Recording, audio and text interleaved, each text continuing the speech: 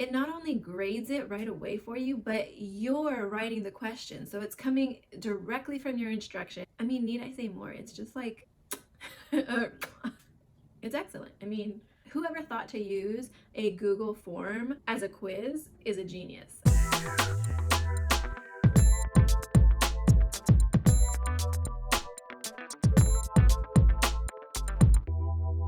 Hey guys, welcome back to the Math Dojo. I am Michelle. For those of you who don't know me, I am a middle school math teacher from Los Angeles, and this video today is mostly for teachers, but if you are a parent or a student and you know some way to implement this, go ahead and let me know down in the comments how you're going to use this in your life or in your classroom. If you are new here, don't forget to subscribe. I make videos for students, parents, and teachers. For those students who want to extend their knowledge about math, for teachers who want to use technology or embed videos into their lessons, and for parents who want resources and refresher lessons to help their children at home. So if that sounds like something you're interested in, go ahead and hit the subscribe button and the bell notification so you are not going to miss a future video from the Math Dojo.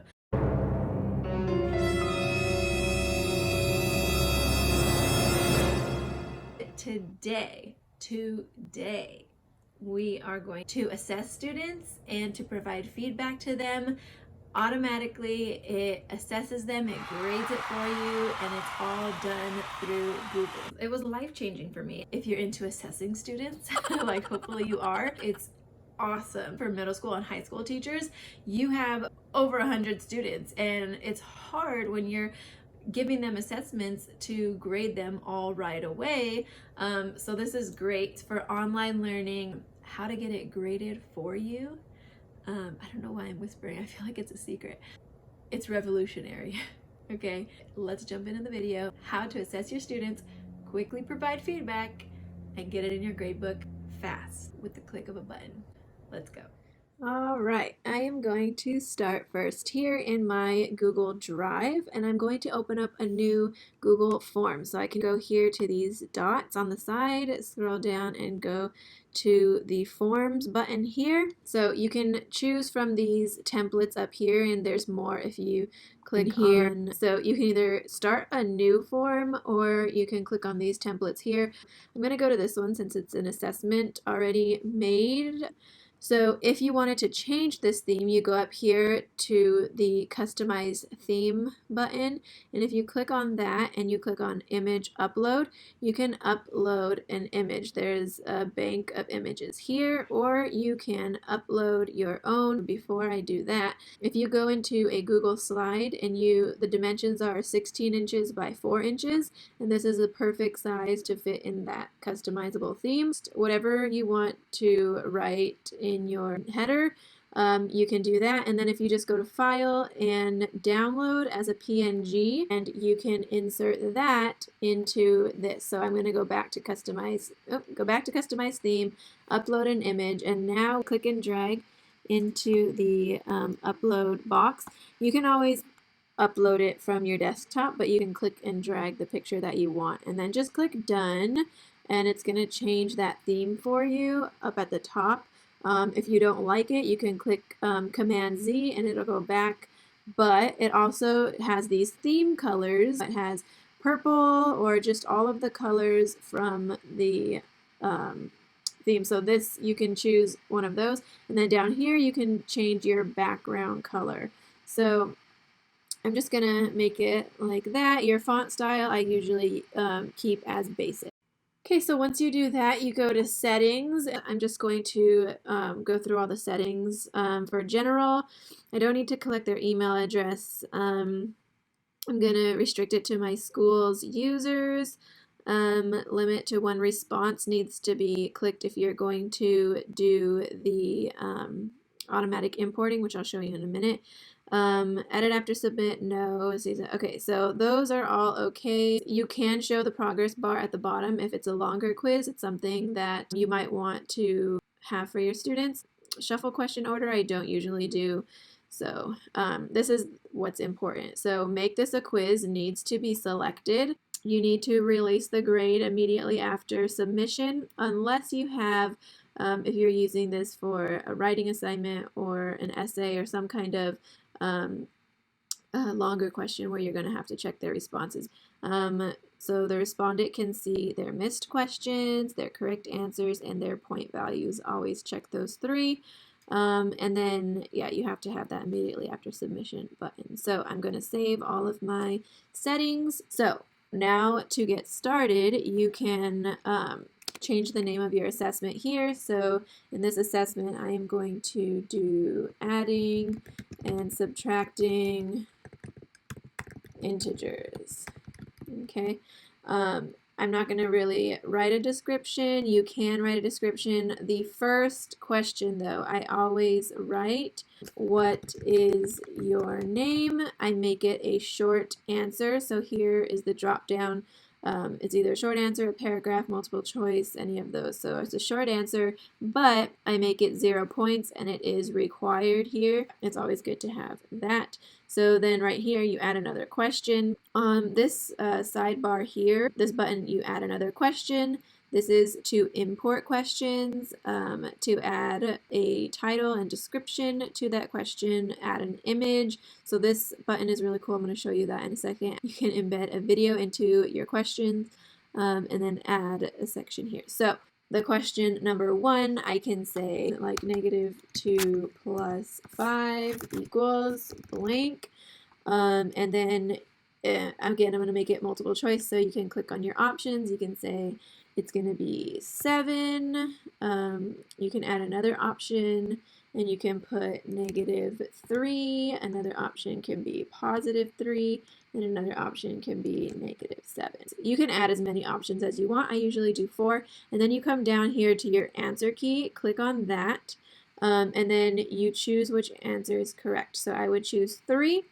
Make it worth however many points you want, and then click done. Once you click done, I always make it required. They have to answer this question, and then that's it. This button right here is really cool so that you don't have to keep doing these settings, so 1 point required and so forth. If you're going to make a whole multiple choice quiz, you can just click on this duplicate button and it'll duplicate that question, and then you just have to change the question to like 9 minus a -3 equals blank. And then, of course, you would change these, but your settings are going to remain the same. So it is required. It's still 1 point, and so on and so forth. And then you do have to change, if you're going to change around where your answers are. This one is going to say that the third one is correct, so you are going to have to go back and change my answer key to that one. You do have to uncheck this one. And then click done. Okay, I want it 1 point and I want it required. So let's say if you have a quiz, and this again is good for distance learning. I already have a quiz here from my curriculum, and let's say I want to go through and screenshot a question. So I'm going to click in a Mac, it's Command-Shift-4, and it's going to come up with these with this key that I can just select what I want screenshotted. So I usually go about here and screenshot that, and it's going to go to my desktop. So I'm going to go back to the quiz that I'm making. I'm going to duplicate the question down here, but this time I am going to add an image. And when I add the image, I'm going to upload. And again, you can either upload or you can go over and drag in your image from your desktop. So after I have imported the picture, I can click on a new question here, and I can say, oh, I don't want this email, so I'm going to just delete that there. But in this new question, I can say something like, from the question above,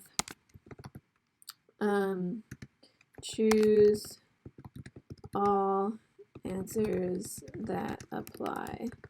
And then for my answer options, I can say the answer is A and D, so I can have A and D, I can have A, B, and D, or I can just do A only. And then again, we would go to the part where it says answer key. I can put in my answer and click done. If, let's say, you wanted to do just A, B, C, and D, you could do an answer and choose multiple questions, but I just did it like that. So again, make sure it's required. Make it worth 1 point. Okay, So again, the images are good for if you have an image, let's say you're doing a multiplication quiz and you want to have an array put in right here, or if you're doing a geometry quiz and you want to have a picture of the shape or the angle that you're working with, it's really nice to have that upload image option. And then let's say if you've made multiple quizzes and you want to import questions. So I'm going to go to another new question here. You can also import questions. Let's say I have this check for understanding. Let's just say it's from solving multi-step equations. So I can choose this question and import that question to save some time there.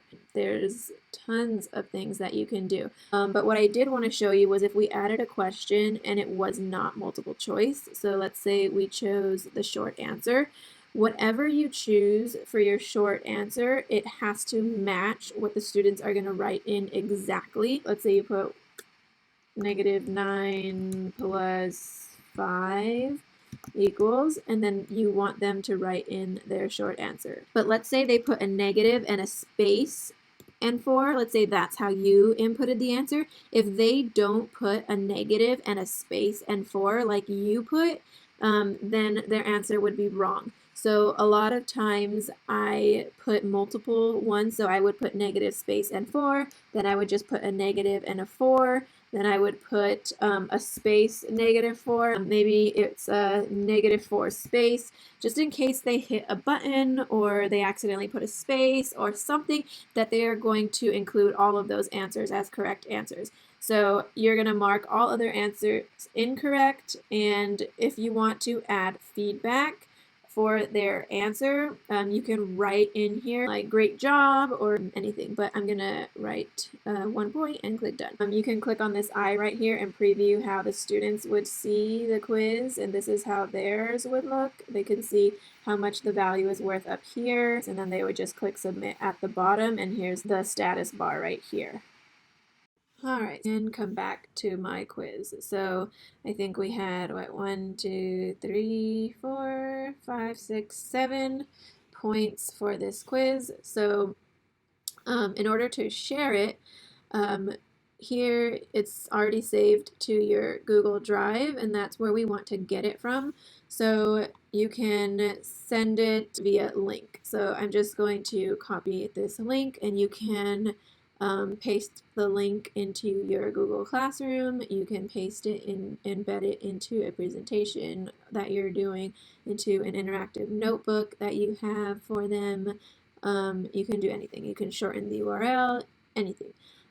So from there, after you copied it, hit cancel, and then I'm going to go into my Google Classroom, and I'm in summer math. So I have here, I'm going to create a new assignment, and it is going to be a check for understanding. So my title, I would just title it adding and subtracting integers, check for understanding. Okay, we can type in any instructions. So from here, I am going to just make sure that all students are selected, but you want to make sure that the point value is the same as how many points that they're going to get on their quiz. So we're going to make that 7. You can change the due date if you want to. And then the topic I have here already, check for understanding. So that's going to go under their check for understanding. From here, you're going to add. I'm going to get it from my Google Drive under recents. I have my assessment here, the adding and subtracting integers. So I'm going to add it from there. From here, you want to make sure that this grade importing is checked, and this is the icing on the cake. This is how you're going to click one button to automatically import all the grades for you. So this button here, the lock mode, I usually don't have this on, but this button is so that they can only stay on that screen while they're taking the quiz. Okay, so now that the grading importing button is on, and everything else looks good, I am going to assign. So after you assign comes the cool part. So then you are going to go over to your grades here, click on the assignment, adding and subtracting integers, and notice that I have this here. This is just blocking the names of my students. But here, this is the most important part up here. So notice that one person has turned it in. It is a student user. And I am going to go ahead and click import grades. Once I click on this and a 1, 2, 3, it's going to say, are you sure you want to import the grades? Yes, import, importing, and bam, it's a 7 out of 7. So it is still a draft. You have to click on the 3 dots and click on return to the student. So here you can add a comment. So you can say like, great job. Or if they got some wrong, you can say why or what happened or so on and so forth. And then it just says return or cancel. So I'm just going to hit return, and it is going to go from a draft to 1 graded. So yeah, I hope you guys learned something new, and you can pass this along to your other teacher friends so that we can all learn and grow as educators. All right.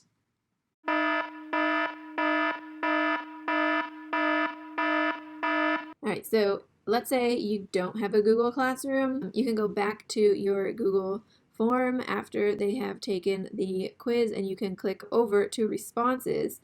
And then in the responses section, you can see a list of all of the students that took it here. You can click on just one person's test at a time, and then you can go through. But here, since one person took it, they're only showing the answers of this one person, which was me. So yes, if you create a spreadsheet from this, so this button, you can create a spreadsheet and it'll have all of the students' names. It'll import all of their names and all of their grades, so you can look at it from that way. I'm only one person, so I'm the only one that took it. So it's only, you can do it to an existing spreadsheet or create a new spreadsheet, but it's only going to have one student. It's me, but their name that they put on the quiz will show up here, and all of their responses and what they put will show up there. Their final scores will show up in column C. If you use a different gradebook than Google Classroom, then I suggest the spreadsheet is a good way to do it, because you can alphabetize their names and then just quickly put it into your gradebook that way. So yeah, let's get back to the video. Why more people don't know about this, I don't know. And I hope this video can reach more teachers and more people. Like I said, however you're using this, please let me know down in the comments so it can help others. I can get new ideas and other people can get new ideas to use this system, because Google's amazing. I mean, look at everything you can do with Google, and it's all connected. Everything kind of meshes together. So it's wonderful. I hope you guys can implement this in your classroom. If you liked the video and if you learned something new today, go ahead and hit the thumbs up, share it with your teacher friends, share it with your friends and family. Don't forget to do something great today, and I will see you in the next one. Bye guys.